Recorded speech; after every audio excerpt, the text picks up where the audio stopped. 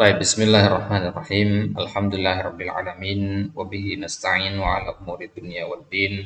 Wassalatu wassalamu ala ashrafil anbiya wal mursalin. Sayyidina wa nabiyina Muhammadin wa ala alihi wa ashabihi ajma'in. Baik, ikhwani fiddin, rahimani wa rahimakumullah. Alhamdulillah ta'ala, pada kesempatan kali ini kita lanjutkan kembali pembahasan kita masih di bab al-mansubat. Di pertemuan sebelumnya kita sudah selesai dari mansubat yang pertama, yaitu al-maf'ulu bihi. Sudah kita bahas apa pengertian al-maf'ulu bihi, contohnya dan pembagiannya. Kita katakan kemarin bahwasanya bentuk maf'ul bihi itu ya kalau dia tidak zahir maka dia mudmar. Ya, zahir sudah jelas contoh-contohnya, dan mudmar apa saja sudah kita bagi jadi dua juga, muttasil dan munfasil. Nah, masing-masing dari muttasil dan munfasil ini punya 12 bentuk. Ya, 12 bentuk dhamir. Sudah kita lihat kemarin ke-12-nya di pertemuan sebelumnya. Baik, sekarang kita masuk ke mansubat yang kedua, yaitu al-masdar. Baik. Ibnu Ajurrum mengatakan babu al-masdar. Ya, bab pembahasan tentang al-masdar. Apa yang dimaksud dengan al-masdar? Ini adalah pengertian paling ringkas dari Ibnu Ajurrum, pengertian yang sangat mudah dipahami. Ya, terkadang tulab itu kebingungan memahami makna masdar. Ya. Maka pengertian yang ini adalah pengertian yang paling gampang untuk dipahami oleh orang yang belajar bahasa Arab. Apa itu al-masdar? Al-ismul mansubul ladzi yaji'u tsalisan fi tasrifil fi'l. Yaitu isim. Yang pertama pasti masdar itu adalah isim meskipun dia bermakna fi'il. Kemudian yang kedua dia mansub. Ya. Meskipun tidak harus selalu mansub ya. Nanti kan kita lihat contoh-contohnya. Alladzi yaji'u salisan, dan dia posisinya datang di posisi atau urutan ketiga dalam tasrif fi'il. Doroba itu tasrif yang pertama itu fi'il madhi, yadribu itu tasrif yang kedua fi'il mudhari, kemudian dorban itu tasrif yang ketiga yaitu masdar. Nah, tasrif yang ketiga inilah yang disebut dengan masdar. Jadi kalau kita buka di kamus nanti kata bayak tubuh kitabatan, nah kitabatan itu masdar. Nah, ini pengertian yang paling gampang untuk dicerna. Kemudian pensyarah mengatakan qad arrafal muallifu al-masdar. Ibnu Ajurrum mendefinisikan masdar bahwasanya masdar adalah alladzi yaji'u salisan fi tasrifil fi'il. Dia datang di posisi ketiga dalam tasrif fi'il. Wa mana dzalika annahu law qala laka qa'il sarrif daraba matalan. Mananya apa? Kalau ada yang mengatakan kepada antum, coba antum tasrif fi'il doroba, ya, maka antum akan sebutkan doroba pertama, ya, tadkurul madhi awalan, thumma taji'u bil mudhari, kemudian yadribu, ya, thumma bil masdar, kemudian masdarnya. Kita mengatakan doroba yadribu darban, nam yanamu nauman, ijtihada yajtahidu ijtihadan. Baik. Nah, jadi tasrif ketiga itulah yang disebut dengan masdar. Walaisal gharadu hahuna ma'rifatul masdar ma'rifatal masdara ma'rifatal masdari lidatihi.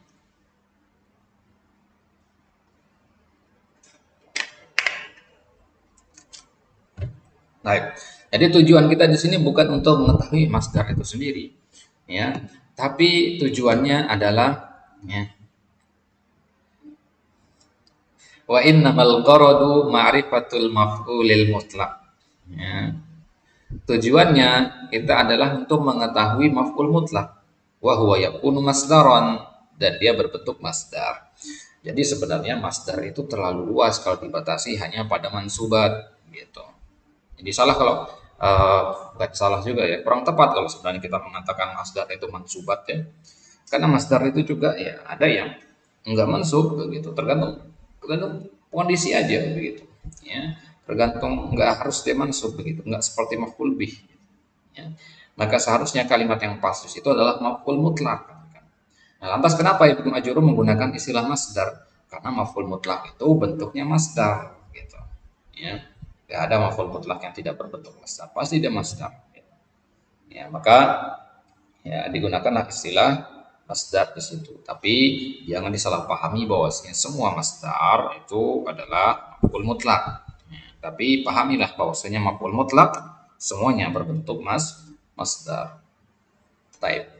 Jadi pengertiannya adalah ma laisa khabaran mimma dalla ala ta'kidi amilihi au nau'ihi au adadihi.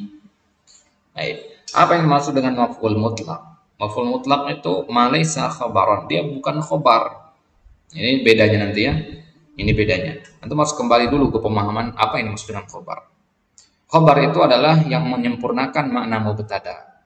Jadi nanti kadang orang itu suka keliru membedakan mana khabar, mana maf'ul mutlak. Ya, ya qara'tul kitaba qira'atan. Ya, qara'tu atau misalkan na'am, qara'tul kitaba qira'atan. Kalimat qira'atan ini kalau dilihat sekilas dia kan mansub di situ. Kadang orang menganggap dia maf'ul bih dan sebagainya, kadang menganggapnya khabar. Nah, tapi yang benar adalah dia itu maf'ul mutlak. Ya, jadi pengertian pertama dari maf'ul mutlak, dia itu bukan khabar, artinya bukan khabar mubtada maksudnya ya. Artinya maf'ul mutlak itu tidak berfungsi untuk menjelaskan. Ya, ingat itu poin yang harus ditanamkan ya. Maf'ul mutlak tidak berfungsi untuk memperjelas sesuatu. Ya, tapi fungsi dari maf'ul mutlak adalah takkidi amilihi, untuk mentakkid, ya, untuk menegaskan, bukan untuk memperjelas. Coba hal atau tamyiz itu kan fungsinya untuk menjelaskan, gitu, menjelaskan bagaimananya. Ya. Tapi kalau maf'ul mutlak itu tidak. Ya, misalkan antum mengartikan maf'ul mutlak ini ya, kalau menerjemahkan nanti qara'tul kitaba qira'atan. Nah, jangan diartikan saya membaca buku dengan satu bacaan, tidak. Ya, jadi maf'ul mutlak itu enggak diartikan, tapi dia diterjemahkan menjadi makna takkid. Jadi kita katakan qara'tul kitaba qira'atan artinya sungguh saya telah membaca buku. Daripada kata sungguh itu maf'ul mutlak. Ya, karena makna dari maf'ul mutlak adalah takkid. Ya. Untuk mentakkid amilnya. Amilnya maksudnya ya fiil yang di sana dia diambil itu. Misalkan qara'tu itu ambilnya. Au nau'ihi atau fungsinya untuk untuk mempertegas jenisnya. Ya, misalkan jalastu ya julusal qurama. Jalastu julusal qurama. Saya duduk dengan duduknya orang yang mulia. Berarti itu untuk memperjelas jenis duduknya. Ya. Au adadihi bisa juga untuk menjelaskan jumlahnya. Ya, misalkan akaltu aklatan wahidah. Ya, saya makan dengan satu kali makan, maksudnya satu porsi atau satu waktu makan. Ya, makan pagi aja atau makan siang saja atau makan malam saja. Nah, jadi fungsi dari maf'ul mutlak itu ada tiga ini. Ta'kidul amil itu mana yang paling umumnya, dan ini yang paling sering orang salah pahami ta'kidul amil ini. Ya, jadi semua mau terjemahkan nanti itu keliru. Kemudian yang kedua adalah untuk ta'kidun nau, dan yang ketiga ta'kidu al-adad. Baik, sekarang kita akan jelaskan ya pengertian dari maf'ul mutlak ini. Dihafalkan pengertian ini ya. Nah, jadi ma laisa khabaran mimma dalla ala ta'kidi amilihi au nau'ihi au adadihi. Baik. Dihafalkan itu nanti. Kita akan kupas pengertian ini sekarang satu persatu. Fa qauluna laisa khabaran. Ya. Jadi syarat dari maf'ul mutlak itu adalah dia tidak khabar. Maksudnya apa? Mukhrijun lima kana khabaran minal masadir nahu qalika fahmuka fahmun daqiqun. Baik. Laisa khabaran, ya. Dia tidak berfungsi untuk menjelaskan apapun. Ya, contohnya misalkan dia bukan untuk menjelaskan makna masdar. Misalkan fahmuka fahmun daqiqun. Fahmuka fahmun daqiqun. Fahmun di sini i'rabnya sebagai apa? Sebagai khobar, ya, fahmun ini khobar di sini, mubtadanya fahmuka. Nah, kalau konteksnya seperti ini, maka dia bukan namanya maf'ul mutlak. Karena jenis dari maf'ul mutlak itu nggak mungkin berbentuk khobar. Ya. Ini namanya khobar mubtada namanya. Ya, jadi khobar ya secara umum maknanya adalah pelengkap kan, atau penjelas. Baik. Wa qauluna mimma dalla ala ta'kidi amilihi, ya, au nau'ihi au adadihi yufidu annal maf'ul al mutlaqa salasatu anwa'.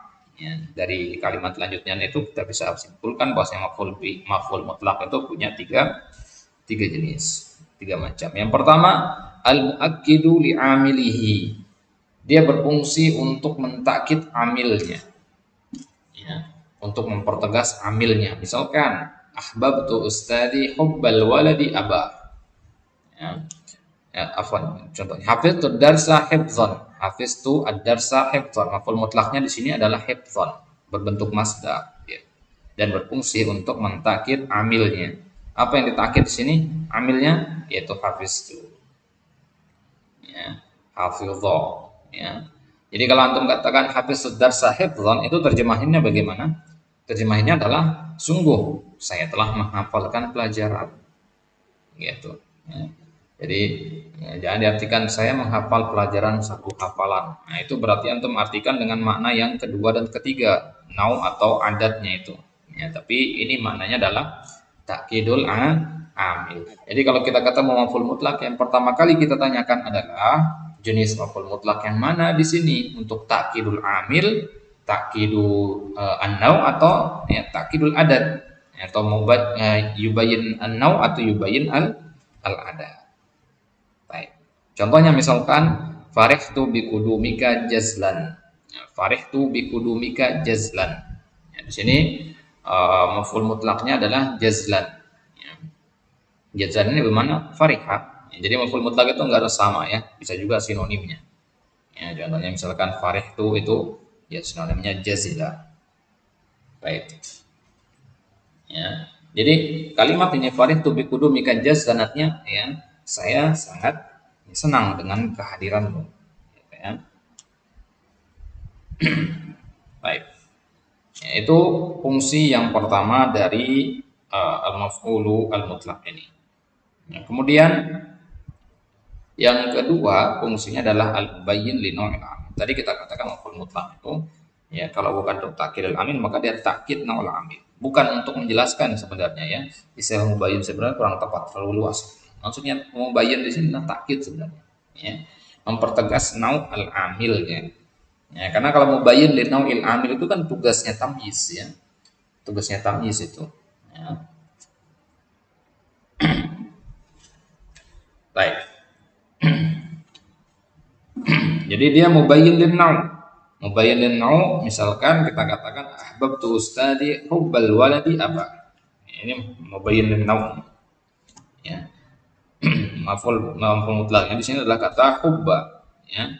Hubba.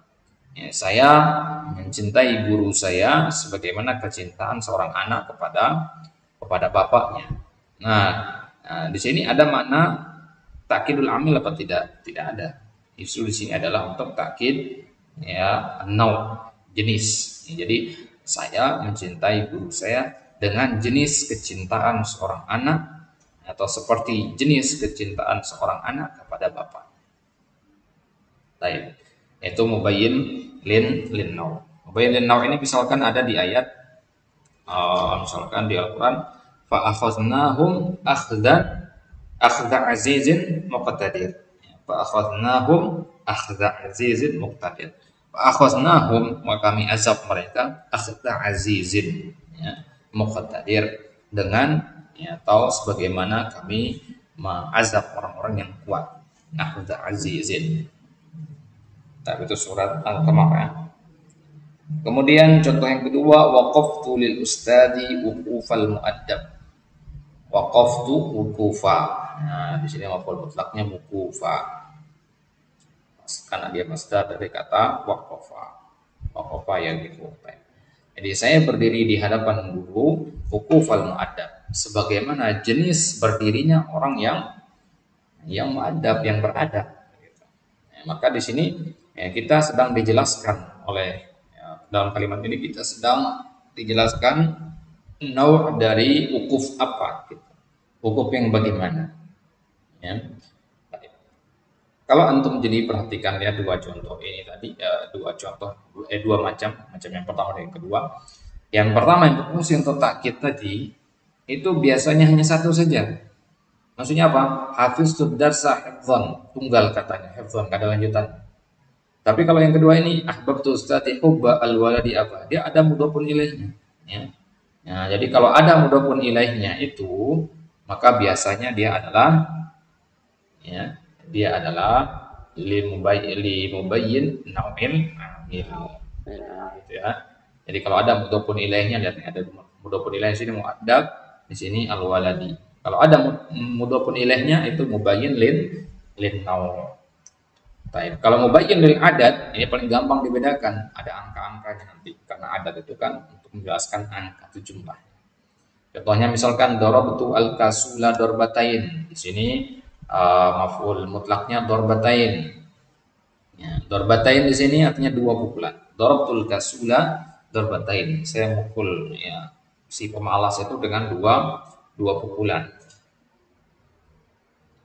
Ya. Jadi jadi kita dijelaskan di situ dengan dorbatain ini berapa pukulan yang dilayangkan itu tahu kita. Ya, dari mana kita tahu ya dari maf'ul mutlak ini. Berarti fungsi maf'ul mutlak yang ketiga yaitu untuk menjelaskan al-adad jumlahnya. Contoh yang kedua ada darabatuhu salah darabat atau salah darbat. Ya. Itu juga contohnya. Ya, sama seperti di ayat misalkan wa humilatil ardu wal jibalu fadukkata dakkatan wahidah. Jelaskan sini dakkatan wahidah. Jadi kalau ada angka-angkanya itu maf'ul mutlak li mubayyin lil adat, al mubayyin lil adat. Kalau al mubayyin lin naw pasti dia berbentuk mudhaf-mudhafun ilaih. Kalau dia berdiri sendiri maka dia ya litakidi amil. Jadi takkidul amil itu makna utama dari maf'ul mutlak, makna aslinya sama seperti di ayat wa kallamallahu Musa taklima. Ya, jangan dipahami nau di situ atau dipahami sebagai adat. Oh, berarti Allah mengajak Nabi Musa berbicara sekali saja, sekali omong saja, setelah itu enggak lagi. Ya, enggak bisa juga membatasi seperti itu. Kita enggak tahu Nabi Musa berapa kali diajak ngomong oleh Allah. Ya, tapi yang jelas ya Nabi Musa diajak bicara oleh Allah di ayat itu. Tapi untuk menentukan berapa kalinya itu nggak bisa kita. Ya, kenapa? Karena jenis kata takliman di situ bukan limubayyin al-adat. Fungsinya di situ adalah litakidi al-amil. Baik. Kemudian maf'ul mutlak itu punya jenis-jenis lafzi dan maknawi. Ya. Sekarang kita akan masuk ke anwa'u al-maf'ulil mutlak. Wa huwa qisman lafziyun wa ma'nawiyun. Lafzi berarti patokannya kepada lafaz dan maknawi berarti patokannya kepada maknanya. Baik. Fa in wafaqa lafdhuhu lafdhu fi'lihi, ya. Kalau lafaznya sesuai dengan lafaz fi'ilnya, makanya namanya lafzi. Contohnya qataltuhu qatlan. Ya, jadi karena sebenarnya maf'ul mutlak itu kan dia diambil dari fi'ilnya. Ya. Qatala, di situ diambil kata qatlan. Jadi kalau sama antara qatala dengan qatlan, ya, satu masdar dia, ya, berarti dari lafaznya.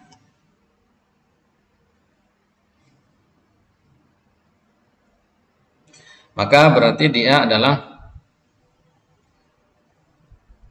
maka dia berarti disebutnya maf'ul mutlak lafzi. Wa in wafaqa ma'na fi'lihi duna lafzihi fa huwa ma'nawi. Tapi kalau nggak sama antara fi'il dengan masdarnya, ya, nggak sama di sini, nggak sama dari sisi apanya, dari sisi lafaznya beda, tapi maknanya pasti sama, ya, nggak sama lafaz tapi sama maknanya. Nah, maka, ya, kalau dia ya, lafaznya nggak sama, ya, tapi artinya sama, nah, maka dia dinamakan maf'ul mutlak maknawi. Bisa nggak dia lafaznya sama, artinya beda, atau lafaznya beda dan maknanya juga beda? Nggak bisa. Ya pasti ada kesamaan dari sisi maknanya. Contohnya misalkan kita katakan jalastu qu'udan. Ini kan beda fiil dengan masdarnya. Jalasa seharusnya masdarnya julusan gitu kan. Nggak sama antara ya qu'udan sama jalasa di sini. Nah, tapi maknanya sama karena jalasa artinya qa'ada. Jalasa qa'ada artinya satu. Wa qumtu wuqufan. Ya, qoma dengan waqafa juga sama artinya. Ya, maknanya sama. Wa masbah dzalik dan semisal. Baik. Maka pensyarah mengatakan di sini yang qasimul masdarul ladzi yunsabu ala annahu maf'ulun mutlaq ila qismain. Ya, jadi masdar yang dia dimansubkan karena sebagai maf'ul mutlak. Berarti ada masdar yang tidak dimansubkan. Ya. Ini kita sedang membicarakan masdar yang spesifik, ya, yaitu masdar yang dia dimansubkan karena berposisi sebagai maf'ul mutlak. Nanti di bab judul tadi bisa menambahkan kata al-maf'ul mutlak. Al-qismul awal ma yuwafiqul fi'lan nasiba lahu fi labdihi bi an yakuna mustamilan ala hurufihi wa fi ma'nahu aidan bi an yakuna al-ma'na al-muradu min al-fi'li wal ma'na al-murad min al-masdar. Nahwu qa'adtu qu'udan wa darabtuhu darban wa dhahabtu dhahaban wa masybah dzalik. Jadi yang kesamaannya persis sekali gitu ya, gampang dideteksi gitu ya. Jalasa julusan, daraba darban, dhahaba dhahaban, qatala qatlan, qa'ada qu'udan, jalasa julusan dan seterusnya, nama nauman. Nah, kalau ketemu yang seperti ini namanya maf'ul mutlaq lafzi. Ya, jadi kesamaannya lebih mirip atau dalam segala sisi dari lafaz dan maknanya sekaligus. Kemudian yang kedua, ya, yang kedua dari maf'ul mutlaq adalah maf'ul mutlaq ya maknawi. Wa huwa ma yuwafiqu al-fi'lu an-nasibu lahu fi ma'na wa la yuwafiqu fi hurufi. Ya, ma yuwafiqu al-fi'lu an-nasibu lahu fi ma'na. Yaitu fi'ilnya itu sesuai dengan nasibnya fi makna, dari sisi maknanya saja. Ya. Baik, wala yuwafiquhu fi hurufi, tapi hurufnya tidak, lafaznya tidak gitu.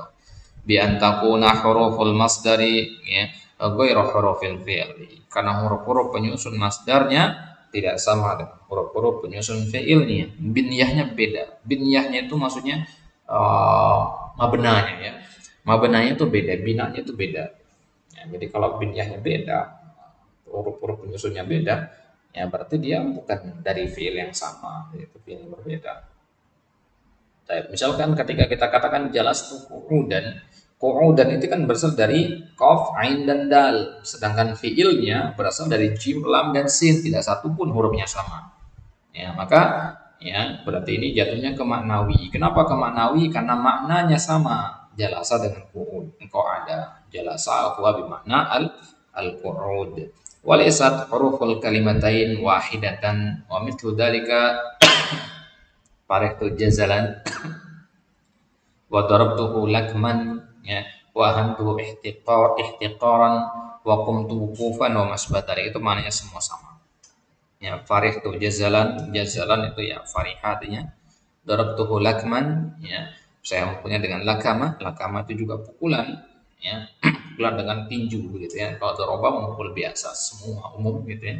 Lakman itu lebih spesifik. Wa hantuhu ihtiqaran ahana yuhinu bimana ihtaqara yahtaqir wa aidan wa qumtu qufan qama yaqumu bimana waqafa yaqifu. Taib wa masyba dzalik dan yang semisal dengannya. Bisa kita melihat contoh-contohnya nanti di latihan situ ya. Ya, ada contoh-contohnya di situ.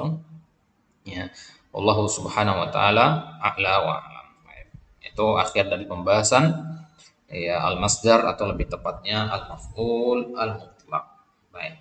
Jadi ya al-mafa'il al-khamsah itu atau maf'ul yang 5 itu yang pertama adalah al-maf'ul bihi, yang kedua al-maf'ul mutlaq, dan yang ketiga nanti al-maf'ul fihi dan al-maf'ul li ajli dan al-maf'ulu ma'ah. Jadi 5 al-mafa'il atau lebih dikenal dengan al-mafa'il al-khamsah. Ya, kita sudah ambil 2, al-maf'ulu bihi sebagai yang paling umum, kemudian yang kedua al-maf'ulu al-mutlaq. Insyaallah taala di kesempatan selanjutnya kita akan ambil ya al-maf'ulu fi atau dikenal dengan nama lain dzarfuz zaman wa dzarfu al-makan. Baik, Allah taala alam wa sallallahu ala nabiyina Muhammadin wa ala alihi wasallam wa akhiru da'wana alhamdulillahi rabbil alamin.